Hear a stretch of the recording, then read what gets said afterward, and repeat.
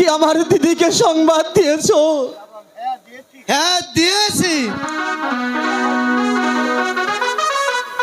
আমার সংবাদ শুনে আমার দিদি কি বলেছে? তোমার সংবাদ শুনে তোমার দিদি মূর্ছিত হয়ে মাটিতে পড়ে গেছে।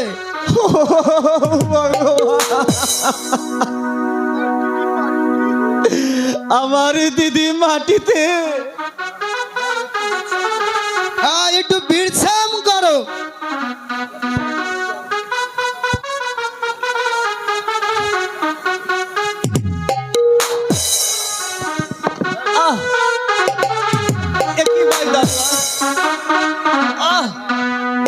তুমি আমাকে ফাঁসাল দিলে। না ভাই দারোয়ান, দিও না ভাই, তুমি আমাকে ফাঁসাল দিও না।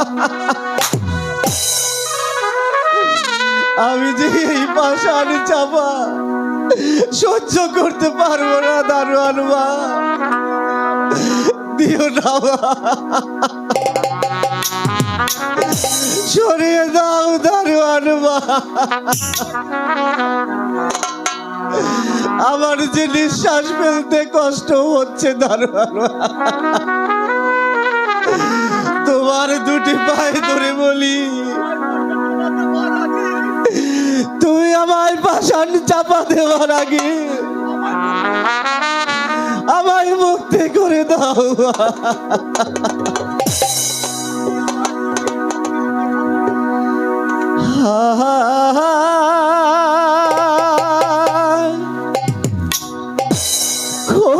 রে ভাই, দিদির কাছে তোমার দাদা বন্দি আছে।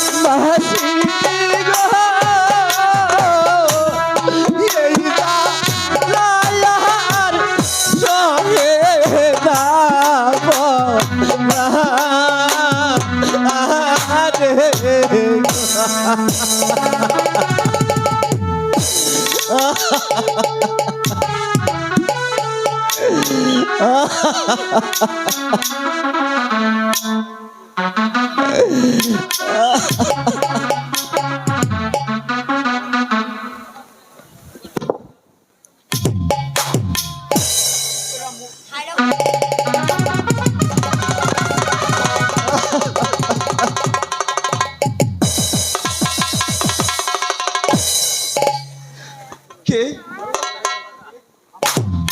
আমি কাজল। কে আমাকে মুক্তি করে দিল? দিদি, দিদি গো তুমি এসেছো? না, আমি কাজল। তুমি চুপ করো, কথা বলো না, চলো এখান থেকে। তুমি আমাকে সত্যি মুক্তি করে দিলে দিদি। না, আমি তাজেল। তুমি চুপ করো।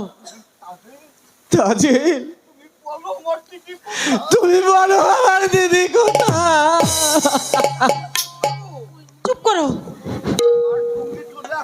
তুমি আমার সঙ্গে চলো। চলো চলো তাহলে আমার দিদির নিকট চলো। কই কই কই কোথায় গেল আমার বন্ধু? এ কে মুক্তি করে দিল? হায় হায়, এখন আমি কি করি, কোথায় যাই? ওই বাদশা যদি জানতে পারে, ওই বাদশার যে আদেশ, হ্যালো, ওই আমার চাকরিতে যাবে, ওই আমার পানটা নিয়েও টানাটানি। দেখি ওই কোথায় বন্দি, আমি তালাশ করে গিয়ে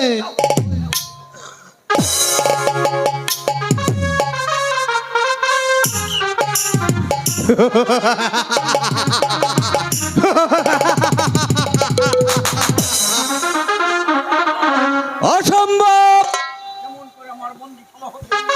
কেমন করে আমার বন্দিশালা হতে পলায়ন করেছে আমি তো কিছুই বুঝতে পারছি না। আমার শত শত পাহাড় থাকা সত্ত্বেও আমার বন্দি পালিয়ে গেছে, আমি তো এর কিছুই বুঝতে পারছি না। আমার মনে হয় আমার মেয়ে এই তাজেলে কাজ করেছে।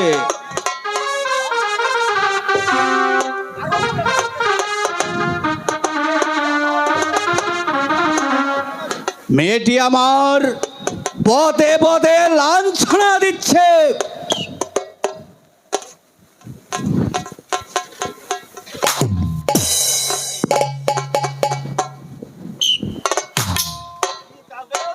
কি তাজেল, তুমি বন্দিকে মুক্তি করে দিয়েছো? পিতা, আমি রহিমকে মুক্তি দিয়েছি। কেন মুক্তি করে দিয়েছো? প্রয়োজন আছে। কি প্রয়োজন আছে বলো। তাকে তুমি কোথায় লুকিয়ে রেখেছো? বলবো না আমি। কেমন করে তুমি তাকে রক্ষা করবে?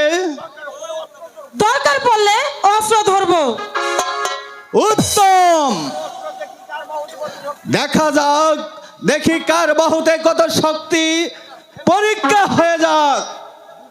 এসো তবে।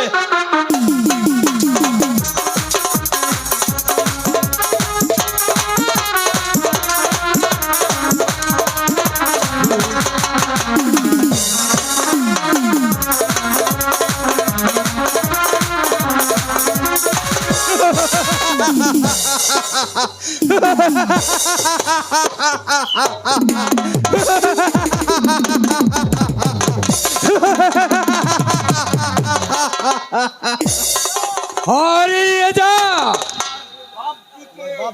তুই আমার ভাবজিকে মুক্তি করে দে। যদি জীবনের আশা থাকে, যদি প্রাণের মায়া থাকে, তাহলে এই বন্দিশালা থেকে আমার বাপজিকে মুক্তি করে দে। না, আমি তাকে মুক্তি দেব না, দেব শুধু কঠিন শাস্তি। এ দেবে না,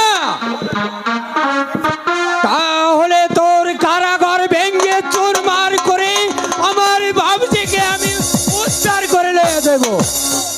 হুঁশিয়ার জঙ্গলি, সাবধান সাইদ। আরে রেজা, জঙ্গলে তোহার বাবের কি ঠাকুর আছে রে? তবে তার দেখা যায়। দেখা যায়।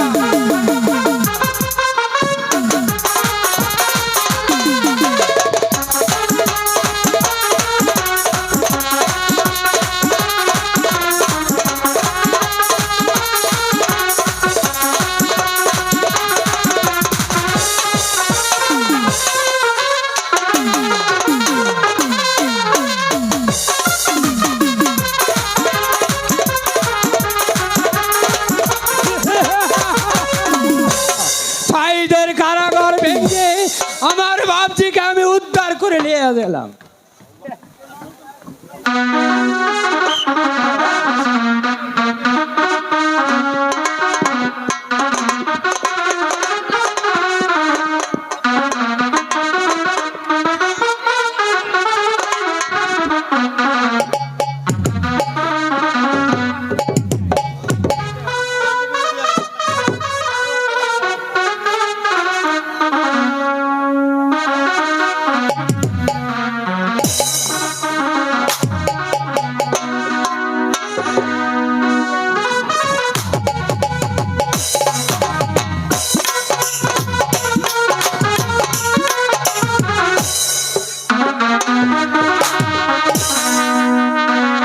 আমার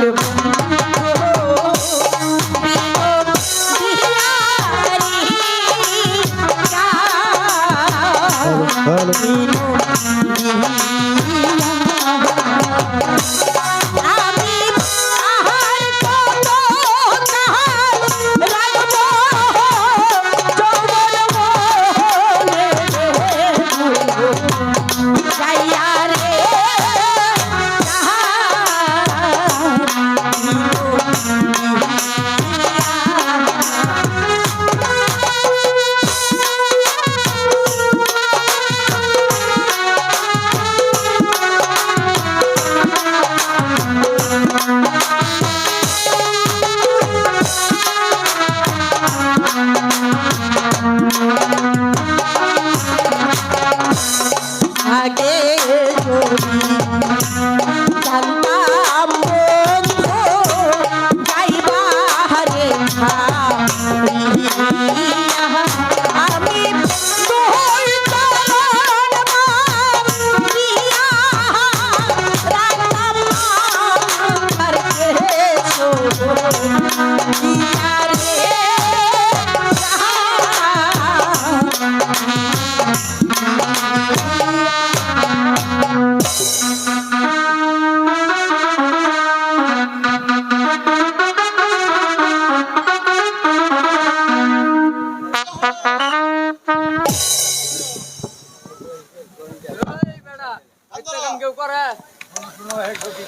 শোনো শোনো শোনো সখী গো, ও সখী বলি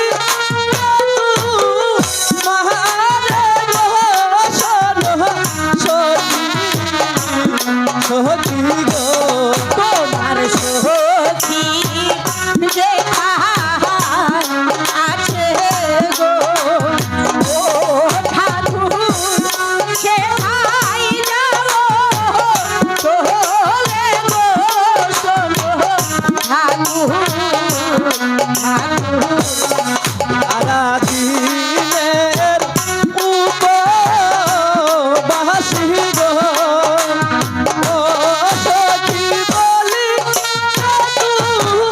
মহারে গো, আমার সখী সখী গো, তোমার সখী যেখানে থাকে গো, ও ঠাকুর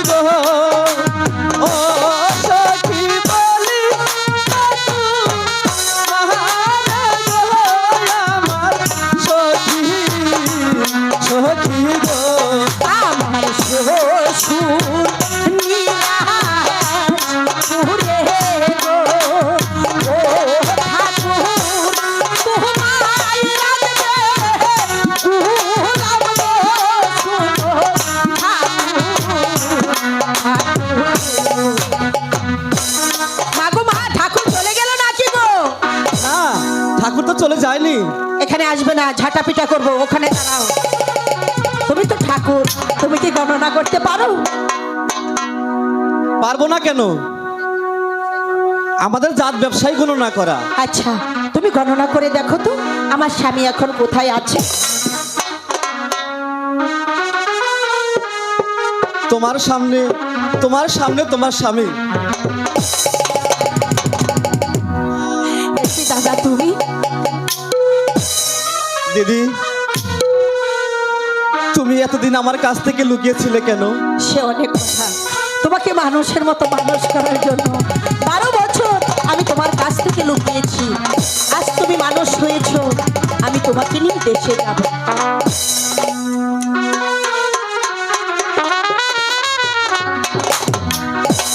চলো দাদা, তোমাকে নিয়ে দেশ অভিমুখে যাত্রা করব। আজ থেকে শুরু হলো রহিম রব্বানের নতুন সংসার।